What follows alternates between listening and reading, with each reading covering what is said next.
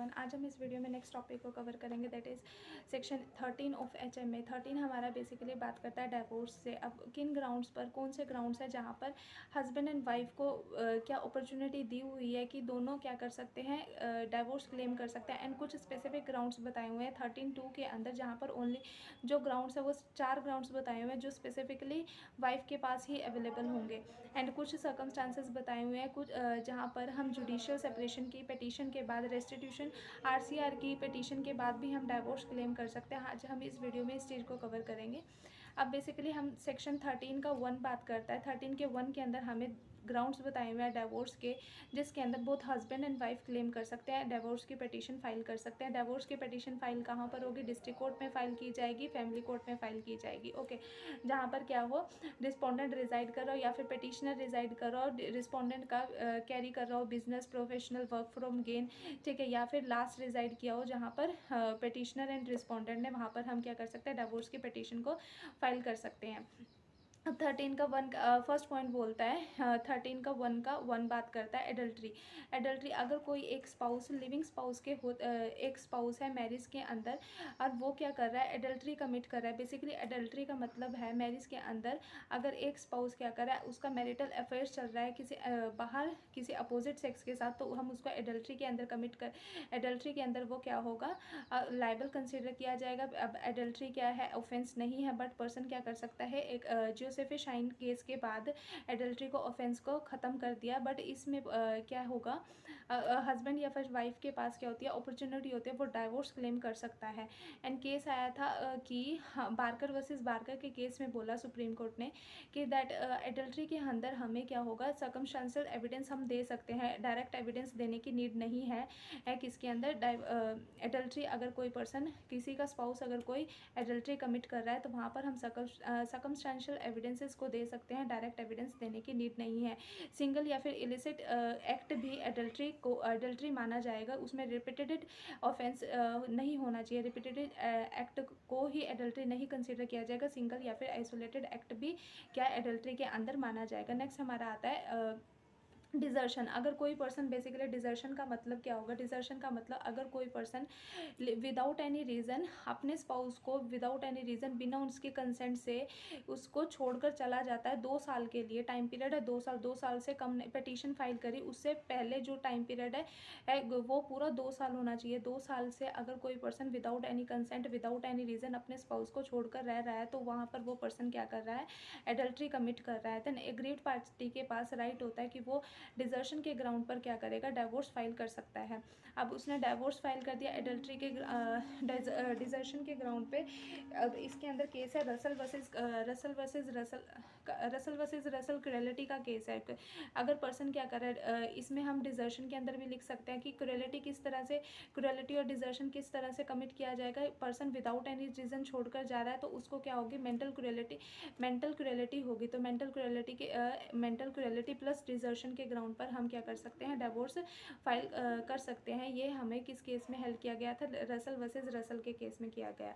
And next हमारा आता है क्रुएलिटी। क्रुएलिटी क्या होगा, क्रुएलिटी में भी मेंटल और में भी अ फिजिकल क्रुएलिटी हो सकती है। मेंटल क्रुएलिटी कैसे होगी, अगर कोई किसी को टॉर्चर कर रहा है, ठीक है, मेंटली उसको चाइल्ड को क्या कह रहा है, एज अ सन के नाम पर बोल रहा है, डोरी की डिमांड कर रहा है, तो यहाँ पर मेंटल क्रुएलिटी कंसिडर की जाती है। फिजिकल क्रुएलिटी जहाँ पर उसकी हेल्थ से रिलेटेड, लिम्ब से रिलेटेड क्या हो, उसको इंजरी हो, डेंजर हो अपनी लाइफ का, उसको एप्रीहेंशन हो अपनी लाइफ से रिलेटेड, अपनी फिजिकल बॉडी से रिलेटेड, लाइफ से, लिम्ब से रिलेटेड, तो वहाँ पर हम क्या फिजिकल क्रुएलिटी को कंसीडर करते हैं। तो ये क्रुएलिटी कैसी होती है, 2 तरह की क्रुएलिटी होगी, मे बी अ फिजिकल और मे बी अ मेंटल। ये हेल्ड किया गया था रसल वर्सेस रसल के केस में। नेक्स्ट आता है कि एक्चुअल जो हमारा क्रुएलिटी है, क्रुएलिटी के अंदर हमें नेसेसरी नहीं है कि एक्चुअल हार्म होना चाहिए पर्सन को बॉडी पर, मेंटल क्रुएलिटी भी हो सकती है। अब एक्चुअल हार्म होगा अगर, तो वो क्या होगा, प्रिमा फेसी एविडेंस कंसीडर किया जाएगा। हमें क्रुएलिटी के अंदर प्रिमा फेसी एविडेंस कंसीडर करेंगे अगर एक्चुअल हार्म हुआ है किसी पर्सन की बॉडी पर।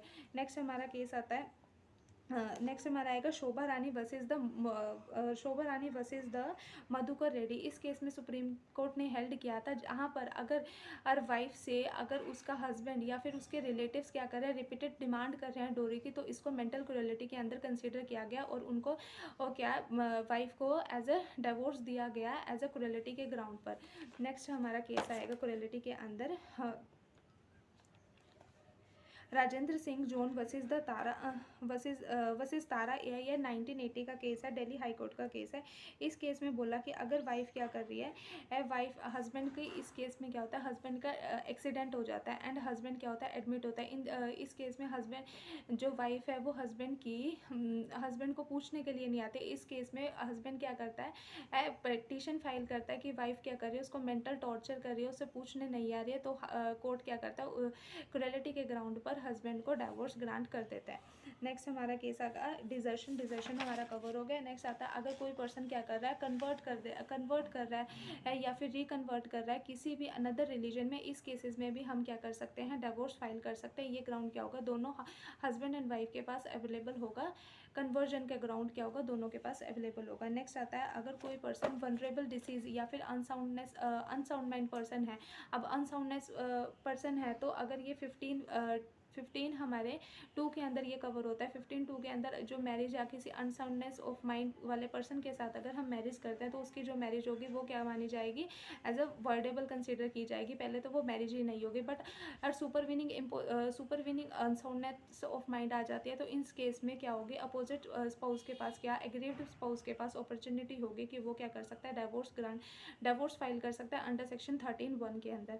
नेक्स्ट हमारा केस आएगा लेप्रोसी। अगर किसी को लेप्रोसी वनरेबल या फिर इनक्योरेबल फॉर्म में लेप्रोसी है तो वहाँ पर पर्सन क्या कर सकता है, एग्रीव्ड पार्टी डिवोर्स की पिटीशन फाइल कर सकता है। 1976 अमेंडमेंट से पहले हमारे पास जो लेप्रोसी का ग्राउंड था, इसमें हमें जो टाइम पीरियड था लेप्रोसी हमें दिखानी पड़ती थी कि 3 साल पहले से, पिटीशन से 3 साल पहले से एग्जिस्ट कर रही है leprosy. But after the 1976 amendment जो ये 3 साल वाला कंसेप्ट था, इसको उन्होंने ख़त्म करके बोला कि जो लेप्रोसी है वो इनक्योरेबल फॉर्म में होनी चाहिए, तो पर्सन के पास क्या होगा, डिवोर्स का ग्राउंड जो होगा अवेलेबल होगा, वो डिवोर्स की जो पिटीशन है वो फाइल कर सकता है डिस्ट्रिक्ट कोर्ट में। नेक्स्ट आता है वनरेबल डिसीज हो या फिर वनरेबल फॉर्म में, कम्युनिकेबल फॉर्म में, उसको किसी भी एग्रीव्ड पार्टी को क्या हो, किसी भी स्पाउस को कम्युनिकेबल फॉर्म में डिसीज होता है, एग्रीव्ड पार्टी के पास अपॉर्चुनिटी होती है कि वो भी क्या कर सकता है, डिवोर्स फाइल कर सकता है। इसमें भी एक क्या था कंसेप्ट, 1976 अमेंडमेंट से पहले 3 साल वाला कंसेप्ट था बस, बट इसको ख़त्म करके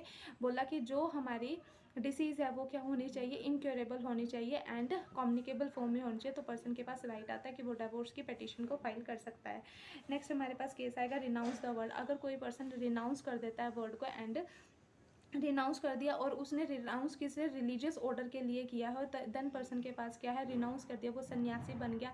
अब इसमें एक केस आता है, सुप्रीम कोर्ट ने हेल्ड किया था कि अगर पर्सन क्या कर रहा है, रिनाउंस कर दिया बट उसने क्या किया, किसी रिलीजियस ऑर्डर को नहीं फॉलो किया, तो यहाँ पर रिनाउंस द वर्ड कंसिडर नहीं किया जाएगा, तो हम उसको डिवोर्स ग्रांट नहीं करेंगे।